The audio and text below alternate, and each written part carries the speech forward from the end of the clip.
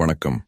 இன்றைய நாளில் நாம் பழங்கால ரோமானியர்களால் வணங்கப்பட்ட 3 முக்கிய தெய்வங்களுள் ஒருவரான ஒரு பெண் தெய்வத்தை பற்றி தான் பார்க்கப் போகிறோம். நம்மில் பல பேருக்கு இவரை பற்றி தெரிந்திருக்க வாய்ப்பில்லை. ஆயினும் நம்மில் பல பேர் ஹாரி பாட்டர் சீரீஸ் பார்த்திருப்போம். அதில் ஆரம்பத்திலிருந்து இறுதி வரை ஒரு முக்கிய கதாபாத்திரமாக திகழ்ந்தவர்தான் புரொஃபசர் மினர்வா மகானகல். அவரை நம்மில் பல பேருக்கு தெரிந்திருக்கும். அந்த கதாபாத்திரம் நாம் இன்று காணவிருக்கும் ரோமானிய பெண் தெய்வமான மினர்வா எனும் தெய்வத்தை இன்ஸ்பியர் பண்ணி உருவாக்கப்பட்ட கதாபாத்திரமாகும். மிகவும் சுவாரஸ்யமான இந்த பெண் தெய்வத்தின் கதையை பார்ப்பதற்கு முதல் ஒரு சிறிய விளக்கத்தை பார்ப்போம். நம்மில் பல பேருக்கு கிரேக்க புராண கதை தெரிந்திருக்கும். அதில் வரும் முக்கிய கடவுள்களையும் நாம் அறிந்திருப்போம். இந்த கிரேக்க புராணம் கிறிஸ்துக்கு முதல் 2000 தொடக்கம் என்றாம் ஆண்டின் இடைக்கால பகுதியில் உருவாக்கப்பட்டது. பின்னாட்களில் ரோம பேரரசு உருவான பின்னர் கிரேக்க புராணத்தின் கதைகளை தழுவி உருவாக்கப்பட்டதுதான் இந்த ரோமானியர்களின் புராணம். தெய்வங்களின் பெயர் மற்றும் கதைகளில் சிறிய மாற்றங்கள் இருந்தாலும் அடிப்படை புராணம் ஒரே மாதிரியாகத்தான் இருக்கும். உதாரணமாக, கிரேக்கர்களின் முதன்மை தெய்வமான சூஸ் எனும் தெய்வம்தான் ரோமானியர்களின் ஜூபிட்டர் என்னும் தெய்வம். அதே போல இன்று நாம் பார்க்கவிருக்கும் மினர்வா கிரேக்க தெய்வமான அத்தினா, அதாவது கிரேக்கர்களின் முதன்மை தெய்வமான சூஸ்டின் மகள். உங்களுக்கு இந்த 2 புராணங்களுக்கும் உள்ள ஒற்றுமை விளங்கியிருக்கும் என்று நம்புகிறேன். சரி, வாங்க இந்த கதைக்குள்ள போகலாம்.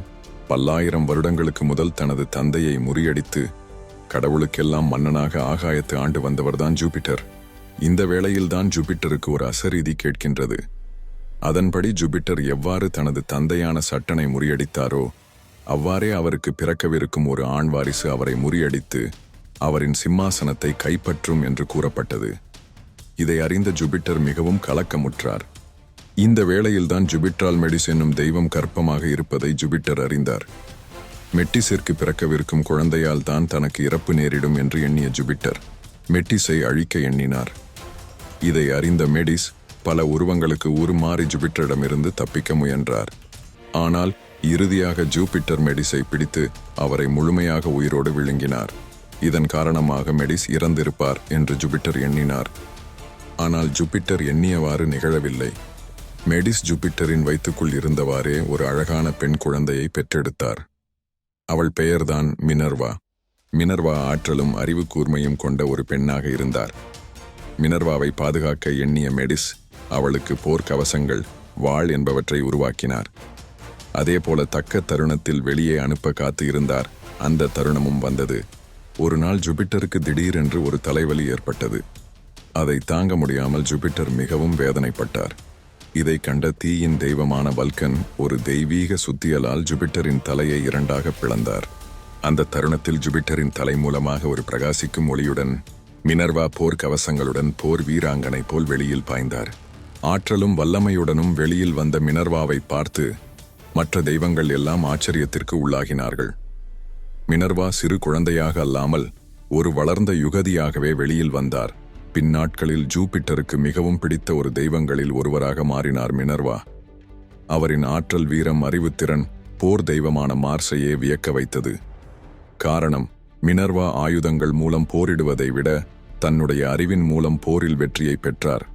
இதன் காரணமாக பின் நாட்களில் மினர்வா அறிவு, போர் மற்றும் கைவினை திறன்களின் தெய்வமாக மாறினார். இந்த சந்தர்ப்பத்தில்தான் ஒரு நாள் மினர்வா மற்றும் கடலின் தெய்வமான நெப்டியூ இருவரும் ஒரு நகரத்தின் பாதுகாவலராக தேர்ந்தெடுக்கப்படுவதற்காக போட்டியிட்டார்கள். அந்த போட்டியில் இருவரும் ஒரு சிறந்த பரிசை அந்நாட்டு மக்களுக்கு வழங்க வேண்டும். அதன் அடிப்படையில் இருவரும் 2 முக்கிய பரிசை அளித்தார்கள். நெப்டியூன் ஒரு மிகப்பெரிய நீரூற்றை அந்நாட்டு மக்களுக்கு அளித்தார். அதுதான் கடல். ஆனால் அந்த கடல் நீரை அந்த மக்களால் உபயோகிக்க முடியாமல் இருந்தது. காரணம், அது உவப்பு நீராக இருந்தது. ஆனால் மினர்வா ஒரு சிறந்த பரிசை அந்நாட்டு மக்களுக்கு வழங்கினார். அதுதான் ஒலிவ மரம். இந்த ஒலிவ மரத்திலிருந்து உணவாக பழங்களை எடுக்கலாம். அதிலிருந்து எண்ணெய் தயாரிக்கலாம். மரத்தின் மூலம் பல கைவினைப் பொருட்களை செய்யலாம். பல்வேறு பயன்பாட்டிற்கு இந்த ஒலிவ மரம் பயன்பட்டது. இதனால் மினர்வாவே இந்த போட்டியில் வெற்றி பெற்றார். இந்த வெற்றியின் ஞாபகார்த்தமாக மினர்வாவின் பெயர் அந்த நகரத்திற்கு வைக்கப்பட்டது. மினர்வாவின் புகழ் உலகெங்கும் பரவியது. மக்கள் எல்லோரும் அவரை பக்தியாக வணங்க ஆரம்பித்தார்கள். இந்த வேளையில்தான் ஆராக்னே என்னும் பெண் ரோமில் வாழ்ந்து வந்தார். அவர் நெசவு செய்வதில் திறமைசாலி. இவரின் திறமையை பார்க்க நிம்ப்ஸ் கூட வெளியே வருவார்கள். தன்னுடைய இந்த திறமையின் காரணமாக ஆராக்னே மிகவும் கர்வத்துக்கு உள்ளானார். இவரின் திறமையை பார்த்த மக்கள் மினர்வாவின் அருளால் தான் ஆராக்னேக்கு இந்த திறமை கிடைத்திருக்க கூடும் என்று எண்ணினார்கள். இதை அறிந்த ஆராக்னே மிகவும் கோபப்பட்டார். ஆராக்னே இந்த கர்வத்தின் வெளிப்பாடாக ஒரு சவாலையும் விடுத்தார். கைத்திறன்களின் தெய்வமான மினர்வா கூட என்னுடன் போட்டியிட முடியாது. என்னுடைய படைப்புக்கு நிகர் எந்த படைப்புகளும் இருக்க முடியாது என்று கூறினார். இதை அறிந்த மினர்வா வயது முதிர்ந்தவர் போன்ற தோற்றத்திற்கு உருமாறி ஆராக்னேயின் முன் தோன்றி அவருக்கு ஒரு அறிவுரை வழங்கினார். மனிதர்களுக்கு இருக்கும் திறமைகள் யாவும் தெய்வங்களின் அருளால் தான் கிடைக்கின்றன. ஆகையால் அந்த தெய்வங்களை பழித்துரைப்பதை நிறுத்திவிடு என்று கூறினார். ஆனால் கர்வம் கண்களை மறைத்த ஆராக்னே, கைத்திறன்களின் தெய்வமான மினர்வா கூட என்னுடன் போட்டியிட்டால் தோற்றுத்தான் போவார் என்று கூறினார். இதை கேட்ட மினர்வா தன்னுடைய உண்மையான தோற்றத்துக்கு மாறி சவாலை ஏற்றார். இருவரும் தங்களது நெசவு திறமையை பயன்படுத்தி 2 படைப்புகளை உருவாக்கினார்கள். இருவரின் படைப்புகளும் மிகவும் சிறந்த படைப்புகளாகவே இருந்தன. முதலில் மினர்வா தெய்வங்களை போற்றும் விதமாக ஒரு படைப்பை உருவாக்கினார். அதைத் தொடர்ந்து ஆராக்னே தெய்வங்களை பழித்துரைக்கும் விதமாக ஒரு படைப்பை உருவாக்கினார். குறிப்பாக முதன்மை தெய்வமான ஜூபிட்டரால் மனிதகுல பெண்களுக்கு நடந்த கொடுமைகளை வர்ணித்து தன்னுடைய படைப்பை உருவாக்கினார்.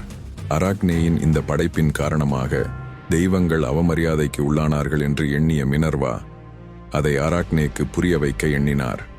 இதன் காரணமாக தனது கையை ஆராக்னேயின் தலையில் வைத்தார். கடவுளுக்கே உரித்தான ஒரு ஞானத்தை பெற்றார் ஆராக்னே. அந்த ஒரு நொடி பொழுதில் ஆராக்னே தான் செய்த தவறுகளை எண்ணி மனம் வருந்தினார். இதனால் மனம் உடைந்து போன ஆராக்னே தனது உயிரை மாய்த்து கொள்ள முடிவெடுத்தார். ஆனால் ஆராக்னே மீது இரக்கம் கொண்ட மினர்வா அவளை தடுத்து அவளை சிலந்தியாக மாற்றினார். சிலந்தி எனும் உயிரினம் ஆராக்னேயிலிருந்துதான் தோன்றியது. இதனால் ஆராக்னேயும் அவரது வம்சாவளியினரும் என்றும் நெய்தலையே வாழ்க்கையாக கொண்டார்கள். காலங்களும் உருண்டோடின. ரோமையர்கள் மினர்வாவை போர், அறிவு மற்றும் கலைகளின் தெய்வமாக வழிபட்டார்கள். இதன் காரணமாக கேபிட்டோலைன் என்கின்ற ரோமையர்களின் 3 முதன்மை தெய்வங்களில் ஒருவராக இணைக்கப்பட்டார் மினர்வா. இதில் ஜூபிட்டர், அவரது மனைவி ஜூனோ மற்றும் மினர்வா என்பவர்கள் இணைந்து ரோமையர்களின் பாதுகாவலர்களாக திகழ்ந்தார்கள். அதேபோல கைவினையின் தெய்வமான மினர்வாவினால் தான் புல்லாங்குழல் உருவாக்கப்பட்டது. பின் நாட்களில் அதிலிருந்து வரும் இசை மினர்வாவின் முகத்தில் பாதிப்பை ஏற்படுத்தியது என்பதற்காக அதை அவர் தூக்கி வீசுகிறார்.